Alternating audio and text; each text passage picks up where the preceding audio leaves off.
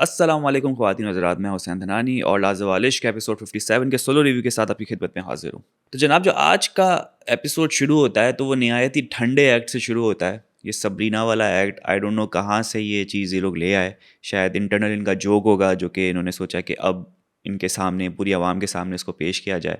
और शराज़ इसके अंदर मुलव्वस थे, इसके अंदर जो है वो माज़ मुलव्वस थे और साथ में बतूल मुलव्वस थी। अब ये बगैर प्लानिंग के जब आप स्टेज के सामने खड़े हो जाते हैं ना, तो यही चीज़ निकल के आती है। शुरू में तो किसी को कोई हँसी नहीं आ रही थी। मास की ओवर एक्टिंग का तो कोई जवाब नहीं। इतना बोले जा रहा है, इतना बोले जा रहा है, शराज़ अपने में लगा हुआ है। फिर इसके अंदर एंटर करवाते जुनैद को, क्योंकि बहुत ही ठंडा जा रहा था। जुनैद ने भी कोशिश की इस एक्ट को सँभालने की, लेकिन जब 3-4 लोग ये चाह रहे हों कि मैं पहले नज़र आ जाऊँ, मेरा डायलॉग समझ में आ जाए और मैं ही नज़र आऊँ, तो फिर चीज़ ख़राब हो जाती। स्क्रिप्टेड नहीं होता ना। या तो आप जो थे यानी मेकर्स इसको थोड़ा-सा टाइम देते, कहते आधा घंटा सब ले लें, अपने-अपने ग्रुप्स बना लें और फिर आके एक्ट करें। जिस तरह से रियलिटी शो एक तमाशा है उसमें होता है, जिसमें टाइम दिया जाता है, आप सब अपना एक्ट बना लेते हैं और आके सामने स्क्रिप्ट प्रेज़ेंट करते हैं। लेकिन यहाँ पर मसला ये होता है कि जैसा कि हमें इंटरव्यूज़ में भी बताया गया है कि मेकर्स कहते हैं कि आप लोग बहुत ही आज लो साउंड कर रहे हैं, तो पंप अप हों, थोड़ा-सा एनर्जी दिखाएँ और कुछ एक्टिविटी करें, और एक्टिविटी भी इन लोगों पे ही छोड़ दी जाती है, कंटेस्टेंट पे। अब वो अपनी मर्ज़ी के तहत जो भी लाना चाहते हैं वो ले आते हैं। कोई इनको स्क्रिप्ट तो दी जाती नहीं है कि आपने ये एक्ट करना है या ये एक्ट करना है। तो जैसे ही प्रोग्राम शुरू हुआ और माज़ सामने नज़र आ गए थे कि आज हम ये करने वाले हैं, आपको नींद आ रही होगी, पता नहीं कितने बज गए थे रात के। लेकिन ये था कि ज़बरदस्ती लग रहा था, चेहरों से पता चल रहा था कि भाई मेकर्स ने बोला है करना है तो करना है, वरना दिहाड़ी नहीं मिलेगी। इस टाइप का पूरा सिचुएशन लग रही थी। तो इन्होंने जो एक्ट किया निहायत ही ठंडा, थोड़ी-सी स्क्रिप्टिंग करके, थोड़ी-सी प्रिपरेशन करके करते तो अच्छा कर सकते थे। सारे एक्टर्स अच्छे हैं अंदर और एक्टिंग अच्छी कर लेते हैं। जब रियलिटी में इतनी अच्छी एक्टिंग कर रहे हैं घर के अंदर रहते हुए, तो समझ लें कि जब स्क्रिप्ट होती तो कितनी अच्छी एक्टिंग करते। लेकिन ये एक्ट ठंडा हुआ और हमारा टाइम वेस्ट किया आप तमाम लोगों ने। एक मसला जो हमेशा दब जाता है फिर अचानक से उभर आता है। पता नहीं कौन सी बीमारी है जो कि एकदम से निकल आती है और एकदम से बैठ भी जाती है। अब ये बीमारी है बतूल के रिवीलिंग क्लोथ्स या शॉर्ट क्लोथ्स पहनने पर।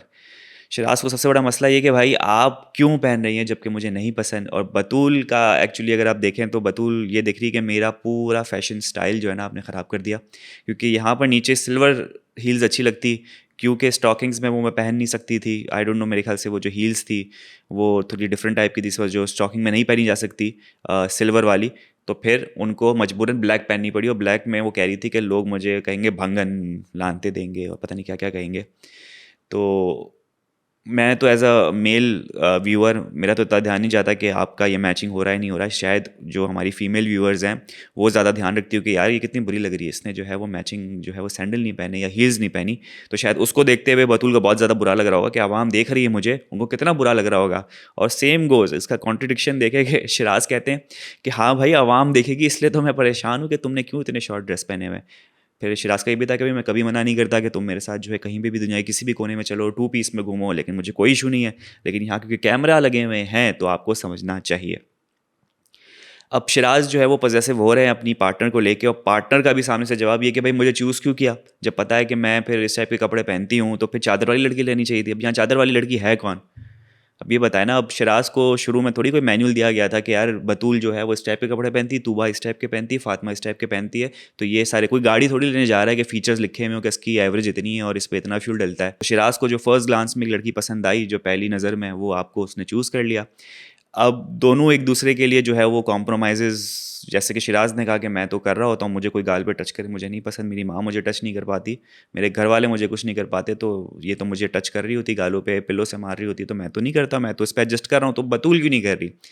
तो भाई यही तो चीज़ है कि आप दोनों ने समझना होगा और मिल बैठ के बात करनी होगी। और ये जब घर के सामने जो चीज़ रिवील हो जाती ना, एक दूसरे को जाके मसले समझाने लग जाते हैं, फिर ये बात और ख़राब होती, जैसे कि हुई। अब जुनेद जाके बैठ गया बतूल के साथ और बतूल को समझा रहा था, गुड फेथ में समझा रहा था, शिराज़ के हक़ में समझा रहा था, बतूल के हक़ में समझा रहा था। लेकिन एक बात उसने वहाँ पर छोड़ दी कि भाई शिराज़ को मेरा यानी जुनेद का बतूल को एडवाइस देना बिल्कुल भी नहीं पसंद। तो ये बतूल के दिमाग में कहीं न कहीं जुनेद ने फिट कर दिया कि भाई देखो, ये शिराज़ जो है ना, जो इनसिक्योर महसूस करता है अगर मैं तुम्हारे साथ होता हूँ। अब जितने भी कपल्स हैं, फॉर एग्ज़ाम्पल शिराज़ को ले लें और आप हमज़ा अब्बासी को ले लें, दूसरों को भी ले लें। अब खैर दूसरों को क्या ही लें, दूसरे तो फिर वैसे ही उनके मसले मसाइल इतने चल रहे हैं कि उनको अपने रिश्ते बचाने में वो लोग फंसे हुए हैं। लेकिन जिसके रिश्ते बचे हुए हैं, जिनके मजबूत हैं, उनको कहीं ना कहीं जुनेद अकरम से सिक्योरिटी जो है ना वो बहुत ज़्यादा होती है। और जैसे कि आज हमने अब्बासी का भी बड़ा फड्डा देखा और यही चीज़ हमें शिराज के थ्रू भी पता चली कि भाई शिराज भी अनकंफर्टेबल है कि जब कोई एडवाइज़र, क्योंकि ज़ाहिर सी बात है उनको डर लगता है, क्योंकि लड़कियों ने भी कहीं ना कहीं इस बात को बताया था या फिर रजामंदी ज़ाहिर की थी या ये बताया था। जैसे बतूल की एग्जांपल लें, तो बतूल तो कहती थी कि शिराज मुझे चूज़ नहीं करता, तो मेरी नज़र तो जुनैद पे थी, मैं तो जुनैद का वेट कर रही थी, मेरे ख्याल से आपस में एक दूसरे को जानते थे बाहर से, तो वो जुनैद के साथ पार्टनर अप करना चाह रही थी। उरूज को भी जो है वो जुनैद जो है वो छेड़खानी कर रहे होते हैं और उरूज भी इंजॉय कर रही होती है, ऐसा नहीं जुनैद उरूज को नहीं पसंद, उरूज भी सामने से ऐसा रिस्पांस दे रही होती है। तो हमजा अब्बासी थोड़ा सा इनसिक्योर महसूस करते हैं कि भाई ओहो ये क्या हो रहा है, ये ऐसा ना हो कि मेरी बंदी उड़ा के ले जाए, क्योंकि जुनैद का पहले फातिमा के साथ सीन ऑफ हुआ, तो वो बिल्कुल समझ लें खुला घूम रहा है सिंगल। फिर उसने जो है वो लैबा के साथ बैठा, लैबा का जो है वो उसका नेचर समझ में नहीं आया, और उसके बाद जाके आयशा आई और आयशा के साथ वो लग गया। तो थोड़ा बहुत कहीं ना कहीं सबको लगता है कि यार ये एकदम से जो आयशा के साथ इस तरह बॉन्ड बनाया है वो जस्ट फॉर द गेम बनाया कि गेम्स ही ख़राब ना हो, और ये अगर उसको मौका मिले कि या तो ये उरूज के साथ या तो ये फिर बतूल के साथ अगर उसको मौका मिले एक पार्टनरशिप क्रिएट करने का, तो ये बिल्कुल भी पीछे नहीं हटेगा। तो ये जो हमजा अब्बासी हैं और ये जो शिराज हैं वो थोड़े से इनसिक्योर हैं बिल्कुल जुनैद से, कि लड़कियां जो है वो ये भगा के ले जा सकता है, लेकिन आपको अपनी लड़कियों पे, अपने पार्टनर पे भी भरोसा होना चाहिए। अब वो भी वो बात बिल्कुल ठीक थी जो आज फड्डा हुआ, कि जिसमें आयशा ने उरूज के ऊपर टॉन्ट मारा हमजा अब्बासी को कि भाई दोनों तरफ से चीज़ें होती है, एक तरफ से नहीं होती है। तो अब उरूज भी जो थी, मुझे बड़ा इसमें ऑफ सीन लगा कि भाई उरूज को चाहिए था कि अब्बासी की जो इस वक्त हालत ख़राब है, रो रहा है बेचारा, उसको आप ये बताओ कि चलो भाई हो गया, मैं भी ख्याल रखूंगी, तुम भी बहुत ज़्यादा लाउड हो गए, जो तुम्हें नहीं होना चाहिए था, माना तुम इनसिक्योर थे, लेकिन मैं भी ख्याल रखूंगी। लेकिन उरूज ने क्या बोला कि वो मुझे ताना मार के चली गई और तुम यहाँ बैठे जो है वो देखते रहे, तुमने उसको एक लफ्ज़ भी नहीं बोला। मतलब एक बंदे की हालत ख़राब है, एक रो रहा है, और फिर आप उसके ऊपर से और चढ़ रहे हो, ना ही उसको कंसोल कर रहे हो। तो ये पार्टनरशिप मुझे थोड़ी सी अजीब सी लगी उरूज की और अब्बासी की, कि यहाँ पर तो पार्टनर को एक दूसरे का ख्याल रखना चाहिए, इस ख़राब मोमेंट पे, इस अजीब से मोमेंट पे एक दूसरे को अपलिफ्ट करना चाहिए। लेकिन उरूज के दिल में ये था कि ये ताना मार के चली गई और तुमने एक लफ्ज़ नहीं बोला। खैर उस पर भी अब्बासी ने जो है रीज़न दे दिया कि भाई मैंने बोला कि तुम्हारे जो है ना ये यहाँ पर ये मसला नहीं है कि उसने जो कुछ नहीं बोला, उरूज ने अपना हाथ दे दिया और वो स्पिन हो गई, यहाँ पर उसकी इंटेंशन का मसला है जुनैद की। अभी इंटेंशन के मसले बड़े आ जाते हैं सबके, हर किसी पे जो है वो उनके इंटेंशन का इल्ज़ाम लगा दिया जाता है। वो कहते हैं मैं लड़का हूँ मुझे पता है क्या है। माज भी यही कहता है मीर हमजा के बारे में कि मैं लड़का हूँ तो मुझे पता है उसका इंटेंशन क्या है। फिर जो है वो आज अब्बासी ने भी कह दिया जुनैद के ऊपर इल्ज़ाम लगाते हुए, मुझे इसके इंटेंशन का पता है, मैं लड़का हूँ मुझे पता है क्या है। तो भाई सब एक दूसरे पे इल्ज़ाम लगाते रहो, खुद भी तो लड़के हो ना, खुद भी तो देखो, खुद के इंटेंशन को भी तो देखो आप।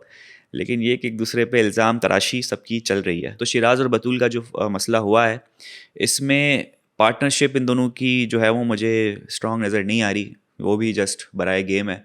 क्योंकि अगर आपके पार्टनर को नहीं पसंद कि आप इस किस्म के कपड़े पहने, तो सामने वाले को थोड़ा बहुत कॉम्प्रोमाइज़ करना चाहिए, ठीक है ना। ऐसा नहीं कि फुली चादर में आ जाए, थोड़ा बहुत बातचीत करके होनी चाहिए चीज़। Same goes for Shiraz, Shiraz को भी थोड़ा समझना चाहिए, मतलब दोनों तरफ से झुकाव होगा तो फिर पार्टनरशिप चलेगी। एक कह के चुप हो जाए कि नहीं बस मना कर दिया ना, मना कर दिया, तो फिर ऐसे स्ट्रॉन्ग और सख्त चीज़ों से जो ना पार्टनरशिप आगे बढ़ती नहीं है। दोनों को कहीं ना कहीं ढील देनी पड़ती है, दोनों को कॉम्प्रोमाइज़ करना पड़ता है। अब इस वक्त जो हम सिचुएशन देख रहे हैं, बतूल कह रही कि मैं नहीं जाऊँ, शिराज कह रहा है मैं बात नहीं करूँ, लेकिन हमें पता है कि अल्टीमेटली वक्त के साथ साथ ये चीज़ हील हो जाएगी। ये जो मामला है वो फिर से बैठ जाएगा और फिर कुछ अरसे बाद फिर से भी उठेगा, लेकिन देखते हैं वो कुछ अरसे बाद कितना है, वो मतलब गेम ही ना ख़त्म हो जाए उसके बाद। तो पॉडकास्ट तो आप सुन चुके हैं कि we are not in relationship, हम दोस्त हैं, सब यही कह रहे हैं, तो टेंशन लेने की बात नहीं है। एक चीज़ मैंने बड़ी यूनिक देखी कि आहिस्ता आहिस्ता जो है वो द न्यू कमर मैमूना जो है वो अपने नमूने से थोड़ा हट रही है, ठीक है। उसको जो जो चीज़ें बताई गई हैं घर वालों की तरफ से वो उस पर इम्प्लीमेंट कर रही है, जो कि अच्छी चीज़ है। मैमूना आज जो है वो बतूल के साथ घूमती हुई नज़र आई, दूसरी लड़कियों के साथ घूमती हुई नज़र आई, खुद से ज्वाइन हो रही है, कोई ग्रुप बैठा है तो कह रही है मैं आके बैठूँ, मैं भी बात करूँ, तो वो अच्छी चीज़ है। हमज़ा से वो दूर हो रही है, मीर हमज़ा की बात कर रहा हूँ मैं यहाँ पर, वो भी अच्छी चीज़ है, क्योंकि मीर हमज़ा पहले का खिलाड़ी है तो वो बहुत सारी चीज़ फीड करता रहता है आपको, तो वो फीड करता रहेगा तो वो अपने परसेप्शन से करता रहेगा। जो शिराज और माज भी कह रहे होते हैं, जुनैद भी डिस्कस कर रहे होते हैं कि भाई उसको खुद को एक्सप्लोर करने दो, तो मेरे ख्याल से अच्छी चीज़ है। मैमूना को ये बात समझ में आ गई, खुद से एक्सप्लोर करना है, खुद बैठो, खुद जानो कैरेक्टर कैसा है, बंदा सामने कैसा है। तो वो आज बैठती हुई बड़ी अच्छी लग रही थी, और ये लग रहा था कि अब वो सेपरेट नहीं है, कोई दुश्मनी नहीं है, घर वालों के साथ घुल मिल रही है। एक चीज़ ये भी होती है, घर वाले इसलिए भी आपको टारगेट करते हैं क्योंकि आप एकदम अलग बैठते हो ना और आप बिल्कुल भी बात नहीं करते, तो आप एरोगेंट नज़र आते हो, तो ये चीज़ भी बैकफायर करती है। सिर्फ यही नहीं है कि आप जो है वो अलग से आपकी टीआरपी बढ़ रही है, आप ये जो लवी डवी कर रहे हो, ये प्रपोजल कर रहे हो, सिर्फ आप नज़र आ रहे हो, वो तो है ही। लेकिन अलग बैठना, दूसरों से हट के बिल्कुल सोशलाइज नहीं करना, वो भी लगता है कि बहुत एरोगेंट सी होगी, बहुत रूट सी होगी। लेकिन उसको ये चीज़ रियलाइज़ हो चुकी है मैमूना को, तो ये बड़े फ़ायदे की चीज़ है उसके लिए। बाकी माज़ और तूबा की बात की जाए तो आज माज़ और तूबा फिर जो है वो उनकी नोक-झोंक चल रही थी, जो उनके फड्डे चल रहे होते हैं। आज तो कुछ ज़्यादा ही ये लोग वायलेंस पे आ गए थे, एक-दूसरे को पिलो मार रहे थे और फ़नी चीज़ें चल रही थी। मुझे लग रहा था कहीं न कहीं पॉइंट पे आकर जो है वो तूबा थोड़ी-सी परेशान या नाराज़ होगी कि भाई क्या हो गया? क्यों इस तरह से हिट कर रहे हो मुझे पिलो से? लेकिन तूबा और माज़ का मेरे ख़्याल से बड़ी अच्छी बॉन्डिंग हो चुकी है। तो इन दोनों को पता है एक-दूसरे के साथ मज़ाक ही चल रहा होता है और इनके मज़ाक में लाइबा भी पिट गई। 2-3 पिलो उसको भी रसीद कर दिए गए। तो लाइबा भी बड़ी क्यूट सी है, वो इस तरह से दिल पे लेती नहीं है, तो वो भी तीनों के साथ बैठ के मस्ती मज़ाक कर रही थी। और ये बड़ा अच्छा लग रहा था कि मस्ती मज़ाक ज़्यादा हो, बिचिंग कम हो। बिचिंग भी थोड़ी बहुत की इन्होंने, जो इनके राइवल हैं जन्नत वगैरह और आशिर वगैरह, क्योंकि वो बैठ के जब बैठे हुए थे शिराज़ के साथ, तो शिराज़ भी ले आया कि भाई मैं उनको दिखाऊँगा। तो वो दिखाऊँगा क्या है, जब जन्नत निकल जाएगी तो मैं दिखाऊँगा किसी और के साथ पेयर अप करके। तो ये कहीं न कहीं जन्नत और आशिर का जो टॉपिक है ना, वो आ ही जाता है, ज़ाहिर-सी बात है, फड्डा हुआ है रिसेंटली, तो कहीं न कहीं इनको लगता है कि थोड़ा बहुत मज़े ले लेना चाहिए, तो ये कर रहे होते हैं। आशिर थोड़े से आज जो है वो इनफॉर्म थोड़े से नज़र आए, अभी भी लग रहे हैं वो डूबे हुए हैं उन ख्यालों में कि मैं ऐसा क्यों हूँ, मेरे साथ ऐसा क्यों हो गया। लेकिन अच्छी चीज़ है कि वो ज़िंदगी में बैक टू ट्रैक आ रहे हैं, जो कि अच्छा लग रहा है। उनको थोड़ा मेरे ख्याल से टाइम लगता है, लेकिन ये अच्छी चीज़ है कि वो गम से हटें और फिर असली दुनिया में वापस आएँ और सबके साथ मिल के रहें। बाकी एक बहुत बड़ा फड्डा हो चुका है हमज़ा अब्बासी और जुनैद के दरमियान। हमज़ा अब्बासी को जो है वो पहले ही पसंद नहीं आया था, पहले से इनसिक्योरिटी थी, जो कि जुनैद का कहना है कि यार ये मुझसे पहले दिन से ही कुछ उसको अंदर था, जो मेरे ख्याल से अब इतना भर चुका था, आज बाहर निकला है। हुआ ये था कि अपने हमज़ा अब्बासी के जो है वो घुटनों में दर्द था, तो वो मेरे ख्याल से उन्होंने दवाइयाँ वगैरह मंगवाई थी, वो डांस नहीं कर पाए। उरूज अकेली डांस कर रही थी, इतने में हमारे जुनैद भाई जो हैं वो आ चुके हैं। और जुनैद भाई आते हैं, उनको हाथ से पकड़ के स्पिन करवाते हैं और फिर गाना ख़त्म हो जाता है। लेकिन ये कुछ बात ऐसी भी सुनने आई है कि वो उसको ज़बरदस्ती अपने पास घसीटते हुए ले गए कि भाई डांस करो मेरे साथ, ये भी सुनने में आया है। कुछ लोग कह रहे हैं कि नहीं, ये उरूज गई है, या फिर उरूज ने उसको हाथ दिया तो उसने वो स्पिन करवाया, वरना अगर उरूज मना कर दी तो वो स्पिन नहीं करता। अब हमज़ा अब्बासी को ये देख के जो है बहुत ज़्यादा जेलसी हुई, और होनी भी चाहिए कि भाई मैं अकेला बैठा हूँ और ये जुनैद भाई जो हैं वो हमेशा आ जाते हैं, जबकि इनके खुद के मसले ख़त्म नहीं हो रहे। अब मैं ये सोच रहा था कि इनके कौन से मसले हैं, जो इन्होंने बताया कि भाई आयशा नाश्ता बना के नहीं दे रही या आयशा से बातचीत नहीं हो पा रही। तो मैंने बोला यार ये मसले इसने कब बताया, लेकिन फिर उरूज ने आगे क्लियर किया कि भाई सुबह सुबह जो है वो जुनैद का मुंह बना हुआ था। तो मैंने पूछा कि भाई क्या हुआ, तो कह रहा है कि बहुत भूख लगी है, नाश्ता नहीं किया। तो फिर शायद उरूज ने कहा होगा कि भाई आयशा नहीं बना के दे रही। तो फिर जुनैद ने कहा उसको बातों से फुर्सत है कि नहीं है। अब दूसरी बात, एक बात ये है कि भाई किसी की ज़िम्मेदारी नहीं है किसी लड़की की, वो आपकी बीवी नहीं हो, अगर बीवी भी है तो बीवी की ज़िम्मेदारी नहीं है कि रोज़ सुबह उठ के वो नाश्ता बना के दे। वो आप भी बना सकते हो, आपके भी हाथ पैर है, जुनैद भाई खुद भी बना लेते हैं। लेकिन वो सब ने एक बनाया हुआ है ना कि ये टास्क जो है वो इसने करके देना है, ये टास्क मेरे लिए, सब ने बीवी बना के रख दिया है सबको ना। तो सबकी एक्सपेक्टेशन भी बढ़ गई कि नाश्ता ये बना के देगी। भाई मोहब्बत में कोई आपको बना के दे रहा है तो गुड, वरना किसी की ज़िम्मेदारी नहीं है आपके लिए नाश्ता बना के देना, आप खुद बना सकते हैं, आपके भी हाथ पैर है। तो इस सिलसिले में जो है वो हमज़ा अब्बासी ने देखा कि अभी खुद के मसले ख़त्म नहीं हो रहे हैं, मेरी बीवी में घुस रहा है, यानी मेरी उरूज में घुस रहा है और उसको फिर डांस वांस करवा रहा है। खैर यहाँ पर मुझे लगता है कि उरूज और जुनैद की बड़ी अच्छी बॉन्डिंग है, फ्रेंड्स हैं, जिस तरह से जुनैद और बतूल है।